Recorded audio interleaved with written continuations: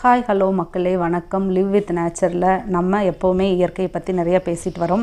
அந்த வகையில் இன்றைக்கி நம்ம பேச போகிறது என்ன அப்படின்னு பார்த்தீங்கன்னா தும்பைப்பூ. இப்போ நீங்கள் பார்த்துக்கிட்டு இருக்கீங்கள்ல, அதுதான் வெள்ளை கலரில் ஒரு சின்ன பூ மாதிரி இருக்கும்.